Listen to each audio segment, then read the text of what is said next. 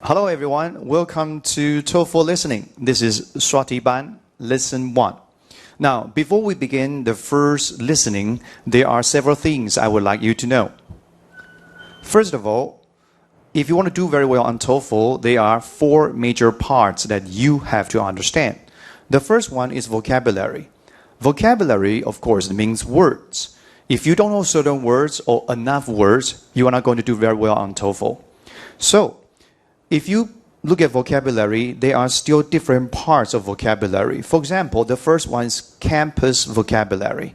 Now, campus vocabulary is very critical when it comes to TOEFL listening and speaking. Why? Because in TOEFL listening, the first conversation is always between 2 people in a campus situation. Understanding a lot of campus vocabulary will help you to enhance your TOEFL listening. Okay? And of course, TOEFL vocabulary, as I said earlier, is very important. Now, I've also put together some TOEFL rules, some extra practice online that you can get. There are a lot of internet resources you can get to help yourself at home. For these information, you can email me at mackio@gmail.com. Please tell me you would like campus vocabulary or TOEFL vocabulary or the rules and extra practice online. Of course, you can get all of them if you want to. Now, let's continue to the next part. Next part in TOEFL that is very important is paraphrasing. Okay, paraphrasing.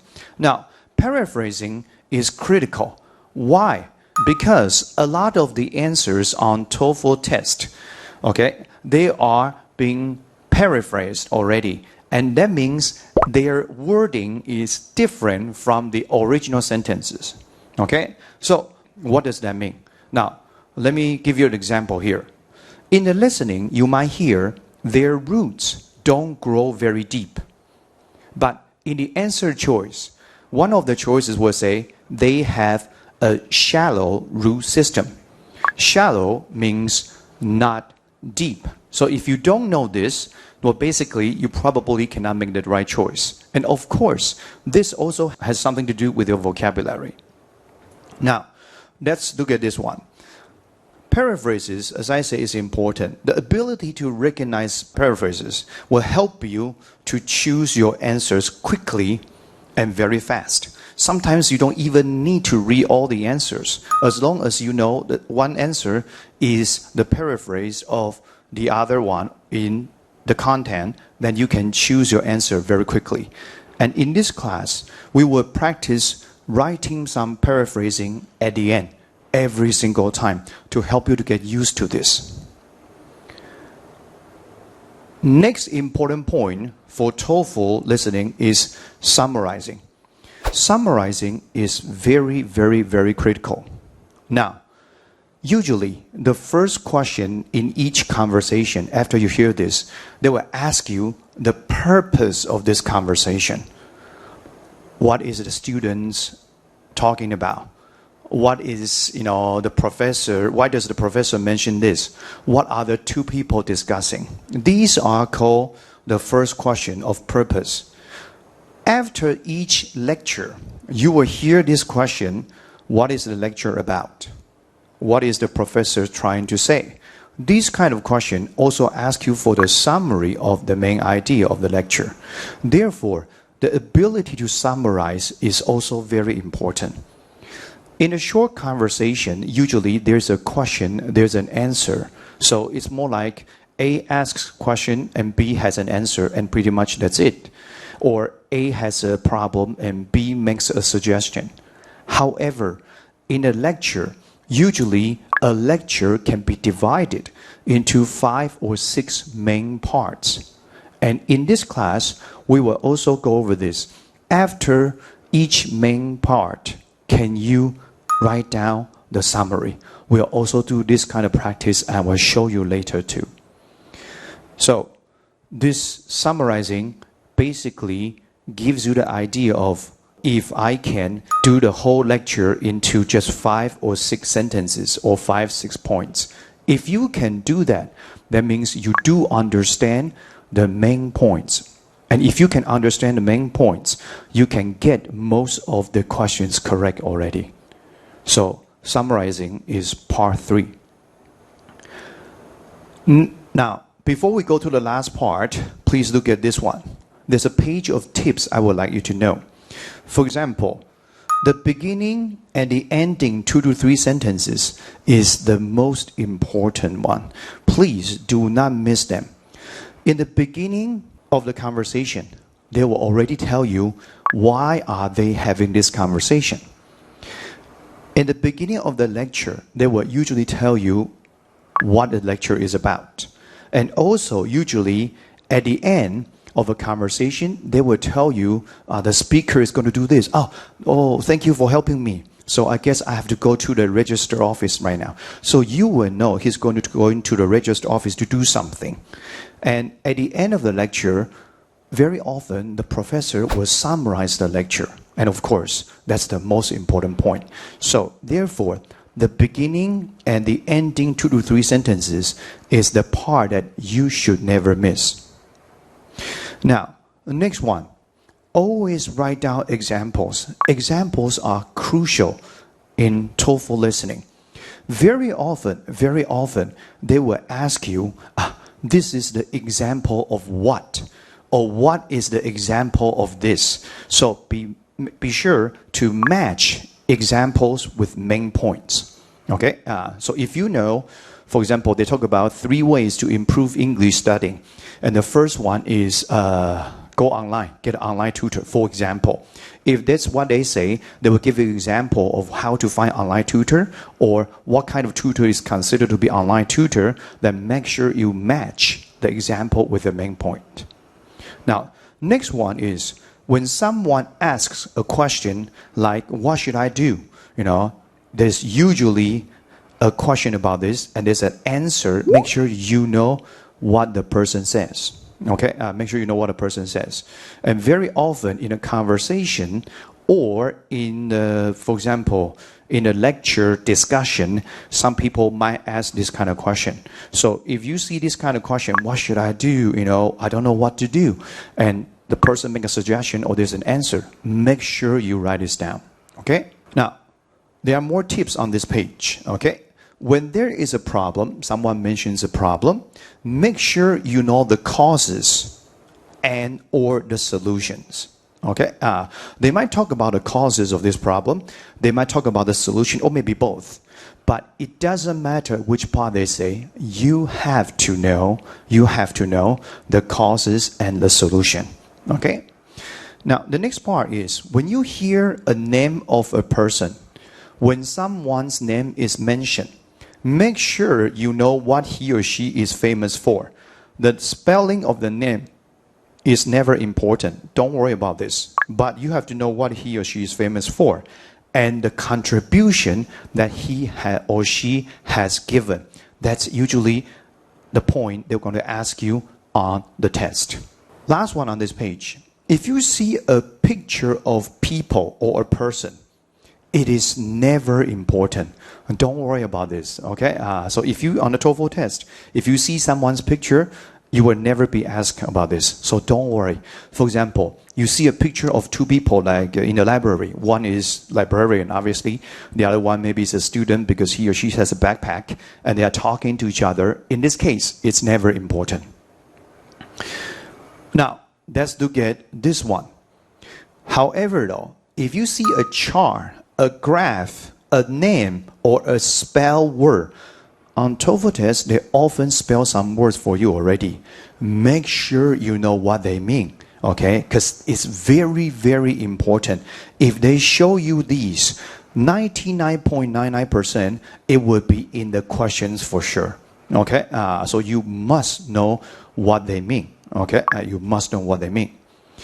The last one here is, if you hear a procedure and a process in a TOEFL test, well, try your best to know the steps. Try your best to write them down. That's fine. However, though, if a procedure or a process is repeated, if they repeat this, 100% they will ask you in the question. Okay? For example, they will say, there are 3 steps of making diamonds. Okay, the first step, second step, third step. They might say very quickly, and you probably don't have time to write this all down, or probably you don't know the process quite well. Just try your best. However, if they repeat this one more time, if they say, okay, let's go over this again, okay, let's go over the process again, then you bet it is going to be in the question for sure. So, let's continue to the last part. As I mentioned, there are 4 major parts of TOEFL listening. The last part is, of course, taking your notes. This is probably the most important part because on the TOEFL test, it's impossible for you to remember everything. So your notes-taking skill is critical.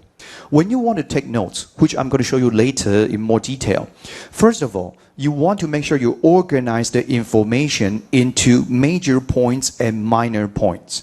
For example, as I said earlier, if they talk about there are 3 steps to make or to process or to basically a diamond, then what is the first step? Write this down. And then after the first step, they might mention some detail about this or give some example, then write the examples down there. So make sure you divide it into major point and match the minor point, usually example to each major point.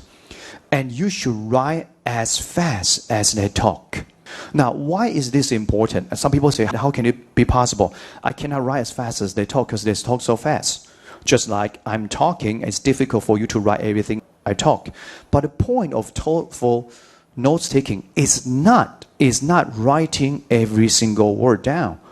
Is to write down the words that you think is important or you might forget. That's it.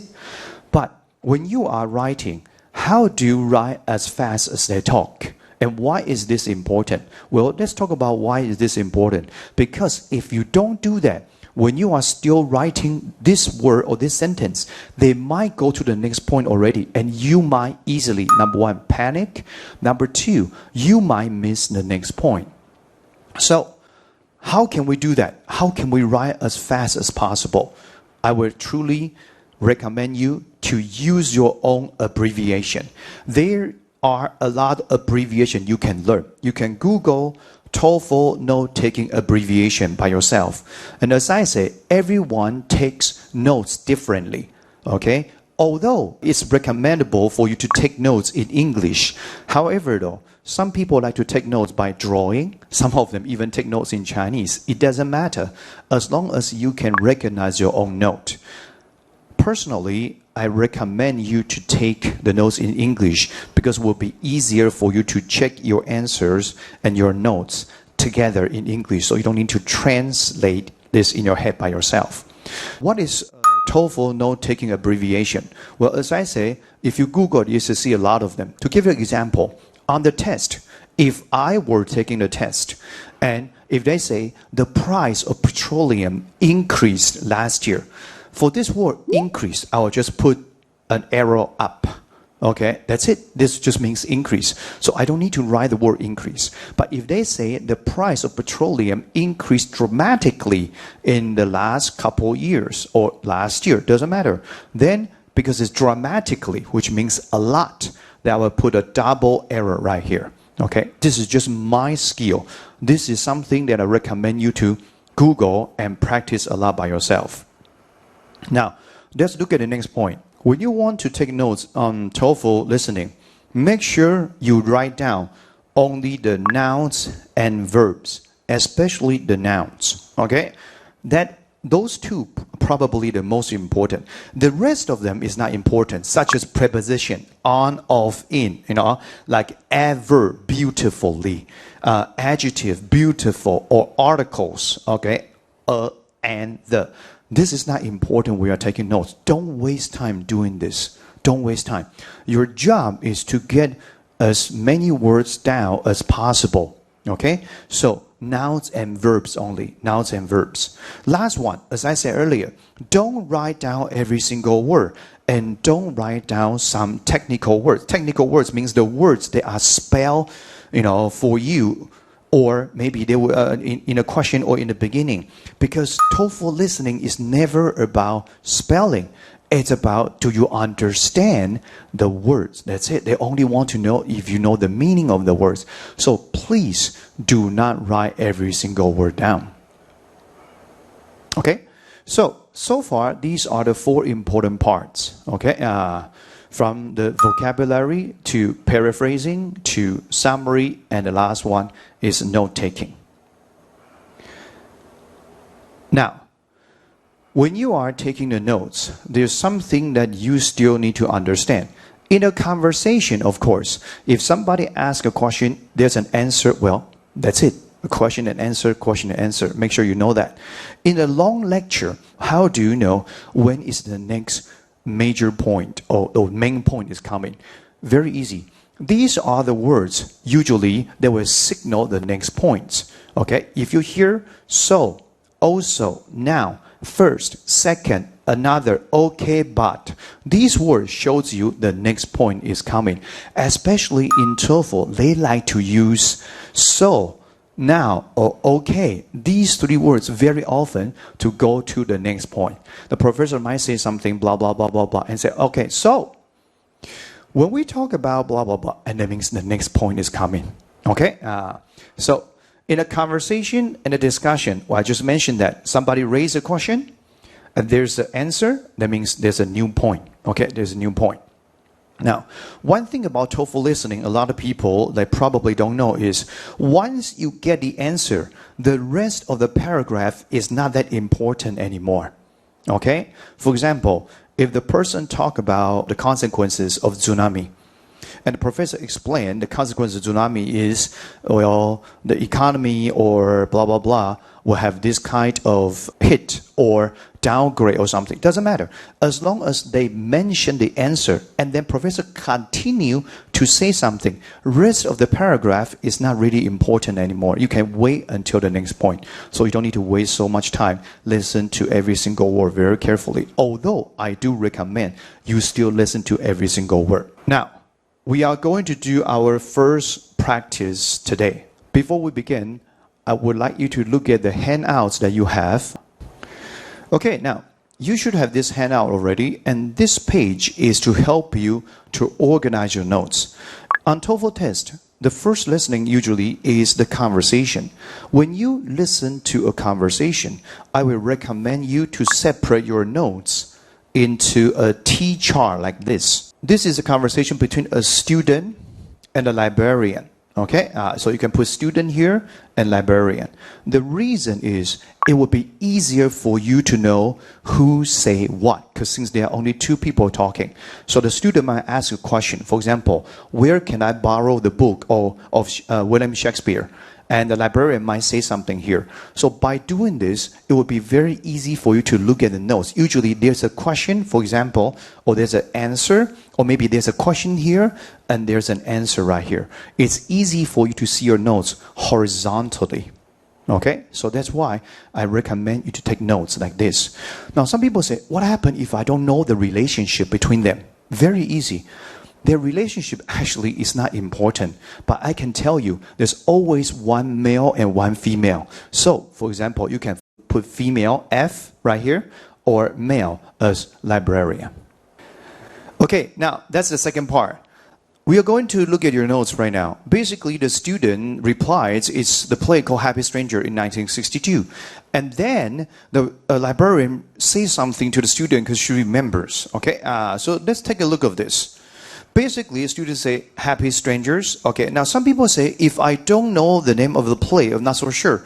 Is that really important? Well, you should still try to write something down, even though you don't know how to spell it. Basically, this play that's important here. Okay, so 1962, this name is not so difficult to spell.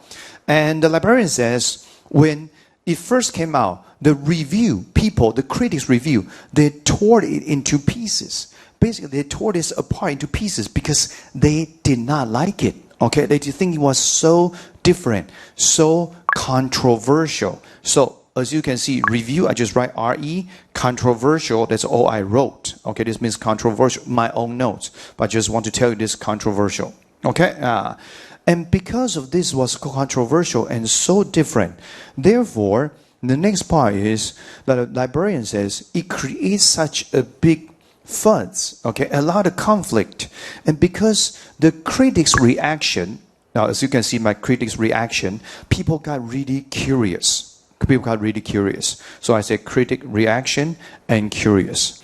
And basically, that would have been about 1965. So she said that's about 1965. And the student says, was that the year it was first premiere? Okay, so student asks a question, was it the year or something like that? So basically, this is what I have for the second part of my note. Now, let's go to the third part. Newspapers from back then aren't online, so how do I... Well, we have copies of old newspapers in the basement, and all the major papers publish reference guides to their articles, reviews, etc. You'll find them in the reference stacks and back. But I'd start with 1964. I think the play had been running for a little while when I saw it. So here, the third part, the student says, how can I start with the newspaper, because there was no online newspaper back then, right? And the lady gave him some suggestion. So what do I say? Well, the student basically want to find newspaper, and the librarian simply says, well, there's some old newspaper, in the basement, and if I were you, I would start 1964. So that's all I wrote. Okay, if you want to, you can put it here, how to find newspaper if you want to, okay? But because she said all newspaper are all in the basement, so I just put it right here. That's it on the librarian part, okay? So as you can see, the third part is about where to find it and maybe which year to begin, that would be better. Now, let's go on to our next part. Okay, now, we're going to listen to the fourth part of this, okay? So there we go. How'd you like it? I mean, it's just two characters on stage hanging around, basically doing nothing. Well, I was impressed. The actors were famous, and besides, it was my first time in a real theater. But you're right. It was definitely different from any plays that we'd read in high school. Of course, in a small town, the assignments are pretty traditional. Yeah, I've only read it, but it doesn't seem like it'd be much fun to watch. The story doesn't progress in any sort of logical manner. Doesn't have any real ending either. It just stops. Honestly, I thought it was kind of slow and boring. As you can see, in this part, the two people are exchanging their views regarding to this play. Okay, the man asks you, how do you like it? Librarian answer, and the man reply with his idea as well. So, if we take a look of your notes, the student asks, do you like it? If you want to, you can just put like and put a question mark. Librarian said, I was really impressed, because it was the first time that she had seen anything so different from others. So she was quite impressed by this. But the student then replied, I read about it. I thought it was boring, there was no logic in the story and the ending. So basically, these are the key words that I put right here. Okay, so he read, he thought it was boring, there's no logic, and he didn't like the ending. Okay, now let's proceed to the last part of this conversation. Well, I guess you might think that. But when I saw it back then, it was anything but boring. Some parts were really funny, but I remember crying too. But I'm not sure just reading it. They've done this play at least once on campus. I'm sure there's a tape of the play in our video library. You might want to borrow it. That's a good idea. I'll have a better idea of what I really think of it before I read those reviews. I'm sure you'll be surprised that anyone ever found it radical. But you'll see why it's still powerful, dramatically speaking. Well, there must be something about it, or the professor wouldn't have assigned it. I'm sure I'll figure it out. Okay, so this is the last part of this.